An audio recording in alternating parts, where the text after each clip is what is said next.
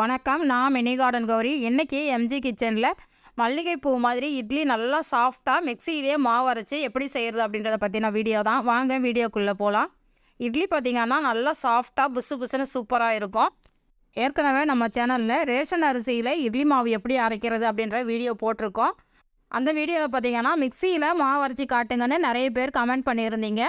இது உங்களுக்கான வீடியோ தான். வாங்க வீடியோக்குள்ளே போகலாம்.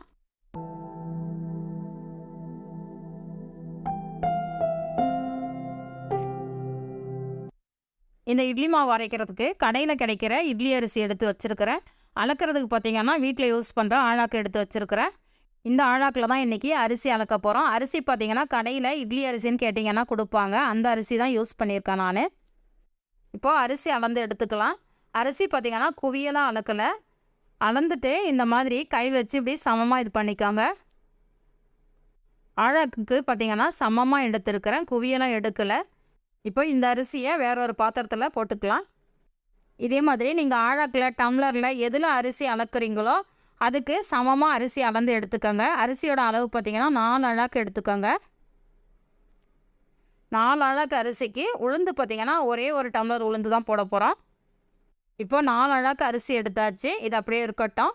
இப்போ அதே ஆழாக்கில் ஒரு அழாக்கு உளுந்து எடுக்க போகிறோம். உளுந்து பார்த்திங்கன்னா நல்லா குவியலாக எடுத்துக்கோங்க. இங்கே பாருங்கள், இந்த மாதிரி கொஞ்சம் குவியலாக எடுத்துக்கோங்க உளுந்து. இப்போது அரிசியோட அளவு பார்த்திங்கன்னா ஆழாக்கில் 4 அழாக்கு அளவுக்கு அரிசி இட்லி அரிசி எடுத்துருக்குறோம். அதே ஆழாக்கில் குவியலாக ஒரு அழாக்கு உளுந்து எடுத்துருக்குறோம். இப்போ இதை 2 வாட்டி தண்ணி ஊற்றி நல்லா கழுவி எடுத்துகிட்டு வந்துடலாம். அரிசியும் உளுந்தும் கழுவி எடுத்துகிட்டு வந்தாச்சு. நல்ல தண்ணியை ஊற்றி நம்ம ஊற வச்சுக்கலாம். ஊற வைக்கிற டைம் பார்த்திங்கன்னா 5லேருந்து 6 மணி நேரம் ஊற வைங்க. இப்போ அரிசி நல்லா ஊறட்டும், அதுக்கப்புறம் பார்க்கலாம். 6 hours later. இப்போது அரிசி ஊற வச்சு 6 மணி நேரம் ஆயிடுச்சு. நான் கடைசியாக ஒரு 2 மணி நேரம் ஃப்ரிட்ஜில் வச்சு எடுத்துருக்கிறேன். ஏன்னா நம்ம மிக்சியில் அரைக்க போகிறோம், அதனால் ஃப்ரிட்ஜில் வச்சு எடுத்துருக்கிறேன். இப்போ பாருங்கள், அரிசி நல்லா ஊறி வந்திருக்கு பாருங்கள். இப்போ அரைக்க ஆரம்பிச்சிடலாம். உளுந்தும் நல்லா ஊறி இருக்குது. ஃபஸ்ட்டு நம்ம உளுந்து தான் அரைக்க போகிறோம். இப்போ இது அப்படியே இருக்கட்டும். இப்போ ஒரு மிக்சர் ஜார் எடுத்து வச்சுருக்கேன். இதில் நம்ம ஊற வச்சுருக்கிற உளுந்தை சேர்த்துக்கலாம்.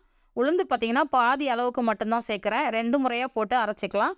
கொஞ்சமாக அரைக்கும் போது தான் நமக்கு சீக்கிரமாக அரைப்பட்டு வரும். முதல்ல தண்ணி சேர்க்காமல் ஒரு முறை நல்லா அரைச்சி எடுத்துகிட்டு வந்துடலாம்.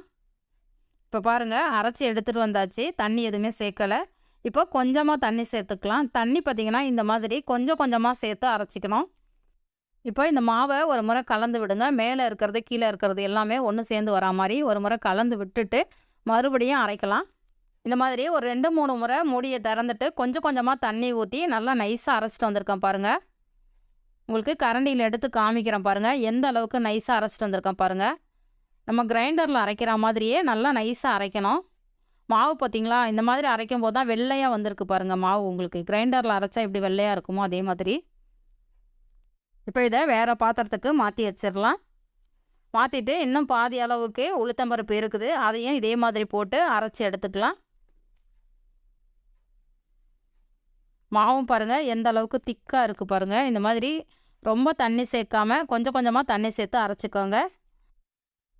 அடுத்து மீதி இருக்கிற உளுந்தையாக மிக்சர் ஜாரில் சேர்த்துட்டு இதே மாதிரி தண்ணி கொஞ்சம் கொஞ்சமாக சேர்த்து நல்லா நைஸாக அரைச்சி எடுத்துகிட்டு வந்துடலாம்.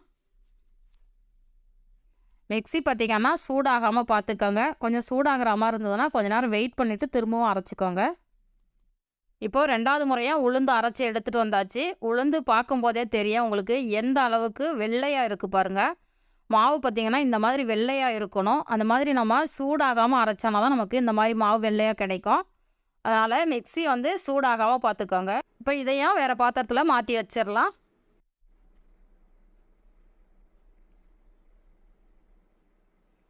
இப்போ உளுந்தும் அதில் சேர்த்தாச்சு. அடுத்து அரிசி அரைக்க ஆரம்பிச்சிடலாம். அரிசியும் பார்த்திங்கன்னா நான் கொஞ்சம் கொஞ்சமாக தான் சேர்த்து அரைக்க போகிறேன். நம்ம எடுத்து வச்சுருக்கிற 4 அழாக்கு அரிசி பார்த்திங்கன்னா ஒரு 3 முறையாக போட்டு அரைச்சிங்கன்னா கரெக்டாக இருக்கும். உங்கள்கிட்ட இருக்கிற மிக்சர் ஜாரை பொறுத்து நீங்கள் அரிசியை சேர்த்து அரைச்சிக்கோங்க. இப்போ கொஞ்சமாக தண்ணி சேர்த்து நல்லா அரைச்சிடலாம். இப்போ பாருங்கள், அரிசியை அரைச்சி எடுத்துகிட்டு வந்துட்டேன்.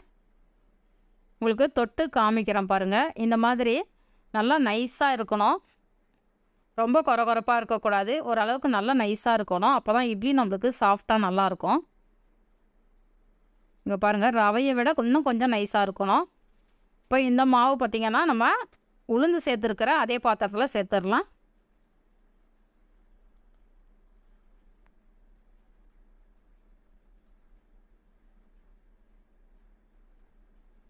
இப்போ இன்னும் இருக்கிற அரிசியை 2 முறையாக போட்டு அரைச்சிக்கலாம்.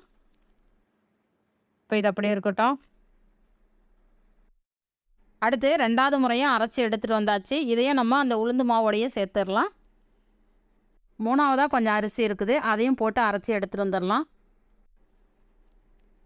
இப்போ பாருங்கள், 3வது முறையாக இருந்த அரிசி எல்லாமே போட்டு அரைச்சி எடுத்தாச்சு. இப்போ நம்மளோட இட்லி மாவு ரெடி ஆகிடுச்சு. இப்போ இந்த மாவு எல்லாத்தையுமே வழித்து போட்டுடலாம். அடுத்து இந்த இட்லி மாவுக்கு தேவையான அளவுக்கு உப்பு சேர்த்துக்கலாம். உப்பு பார்த்திங்கன்னா நான் கல் உப்பு சேர்க்குறேன். இப்போ இதை சேர்த்துட்டு கை வச்சு நல்லா கலந்து விடணும். கலக்கிறது பார்த்திங்கன்னா ஒரே பக்கமாக நல்லா அடித்து கலந்து விடுங்க. மாவு பார்த்திங்கன்னா இந்த பக்கம் அந்த பக்கம் மாற்றி மாற்றி கலக்காதீங்க, ஒரே பக்கமாக அடித்து கலந்து விடுங்க. இப்போ நான் கலக்கிறேன் பாருங்கள், அந்த மாதிரி கலந்து விடுங்க. இந்த மாவு கலக்கிறது பார்த்திங்கன்னா ஒரு 3லேருந்து 5 நிமிஷம் வரைக்கும் இந்த மாதிரி நல்லா அடித்து கலந்து விடுங்க. அப்போ தான் நமக்கு கிரைண்டரில் அரைச்சா எப்படி வருமோ மாவு அந்த மாதிரி பொங்கி வரும். நீங்கள் லைட்டாக கலந்து வச்சிட்டிங்கன்னா மாவு பொங்காது. இப்போ பார்த்திங்கன்னா மாவு நல்லா கலந்து வச்சாச்சு. மாவுக்கு மேலே நம்ம கலந்து வச்சதுக்கப்புறம் பார்த்திங்கன்னா ஒரு 5 நிமிஷத்துக்குள்ளேயே இந்த மாதிரி பபுள்ஸ் மாதிரி மேலே வர ஆரம்பிக்கும். அந்த மாதிரி வந்ததுன்னா நம்ம சரியான பதத்தில் மாவு அரைச்சிருக்கோன்னு அர்த்தம். இப்போ பாருங்கள், உங்களுக்கு பார்த்தாலே தெரியும், சின்ன சின்னதாக பபுள்ஸ் வருது பாருங்கள். இப்போ மூடியை போட்டு மூடி வச்சிடலாம். இது ஒரு 8லேருந்து 10 மணி நேரம் நல்லா புளிக்கட்டும். காலையில் பார்க்கலாம். இப்போ நம்ம நைட்டு மாவு அரைச்சி வச்சோம். காலையில் இப்போ ஓப்பன் பண்ணி பார்க்கலாம் நம்ம அரைச்சி வச்ச மாவு எப்படி இருக்குன்னு. இங்கே பாருங்கள், எந்த அளவுக்கு சூப்பராக மாவு பொங்கி இருக்குது பாருங்கள். உங்களுக்கு பார்த்தாலே தெரியும், நேற்று நைட்டு நம்ம அரைச்சி வைக்கும்போது எந்த அளவில் இருந்தது, இப்போ எந்த அளவுக்கு மாவு ஃபுல்லாக பொங்கி இருக்குது பாருங்கள்.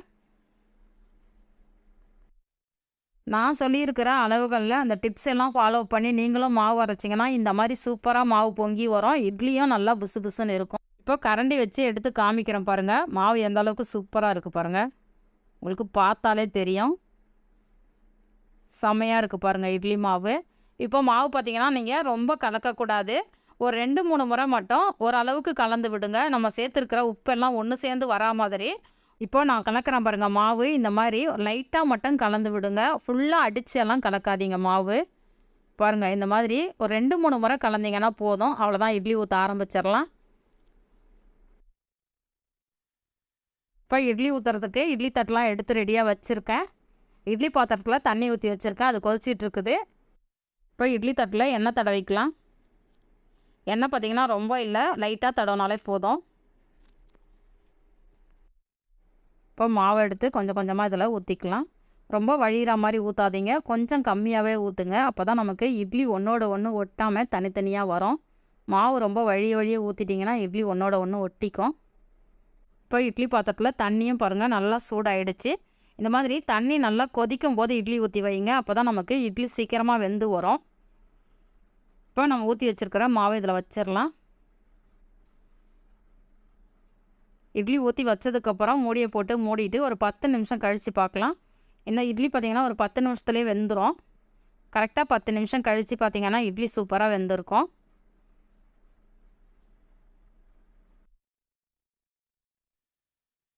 இப்போ இட்லி ஊற்றி வச்சு ஒரு 10 நிமிஷம் ஆகிடுச்சு. ஓப்பன் பண்ணி பார்க்கலாம். இட்லி பாருங்கள் எந்த அளவுக்கு சூப்பராக வெந்து வந்திருக்கு பாருங்கள். இட்லி பார்க்கும்போதே தெரியும் உங்களுக்கு எந்த அளவுக்கு சாஃப்டாக இருக்குன்ட்டு. இந்த மாதிரியே நான் சொன்ன அளவுகளில் மிக்சியில் நீங்களும் உங்கள் வீட்டில் மாவு அரைச்சி பார்த்துட்டு உங்களுக்கு இட்லி எப்படி வந்தது அப்படின்றத கமெண்ட்டில் சொல்ல மறக்காதீங்க. இப்போ இந்த இட்லியெல்லாம் கொஞ்சம் ஆறட்டும், நம்ம வேறு பிளேட்டுக்கு மாற்றிக்கலாம். இட்லி பார்த்திங்கன்னா இப்போ ஓரளவுக்கு ஆறிடுச்சு. இப்போ வேறு பிளேட்டுக்கு மாற்றி வச்சுக்கலாம். இட்லி பிளேட்டில் இட்லி பாருங்கள் எந்த அளவுக்கு ஒட்டாமல் சூப்பராக வருது பாருங்கள். இந்த இட்லியை ஒரு முறை சாப்பிட்டீங்கன்னா நீங்கள் இதுக்கு மேலே நீங்கள் கிரைண்டரில் மாவு அரைக்க மாட்டீங்க, எப்போதுமே மிக்சியில் தான் அரைச்சிக்குவீங்க. மிக்சியில் அரைச்சிங்கன்னா யாரும் நம்ப கூட மாட்டாங்க, அந்த அளவுக்கு இட்லி நல்லா சாஃப்டாக சூப்பராக இருக்கும். இப்போது ஒரு இட்லி எடுத்து உங்களுக்கு புட்டு காமிக்கிறேன் பாருங்கள். இட்லி உங்களுக்கு பார்க்கும்போதே தெரியும் எந்த அளவுக்கு சாஃப்டாக பஞ்சு மாதிரி இருக்குது பாருங்கள். இட்லி கிரைண்டரில் அரைச்சா எப்படி இருக்குமோ அதே மாதிரி இருக்குது. இந்த வீடியோ உங்களுக்கு பிடிச்சிருந்தா நம்ம சேனலை சப்ஸ்கிரைப் பண்ணி வச்சுக்கோங்க. நான் சுவைக்கட்டும், ஆரோக்கியம் பெருகட்டும். நன்றி.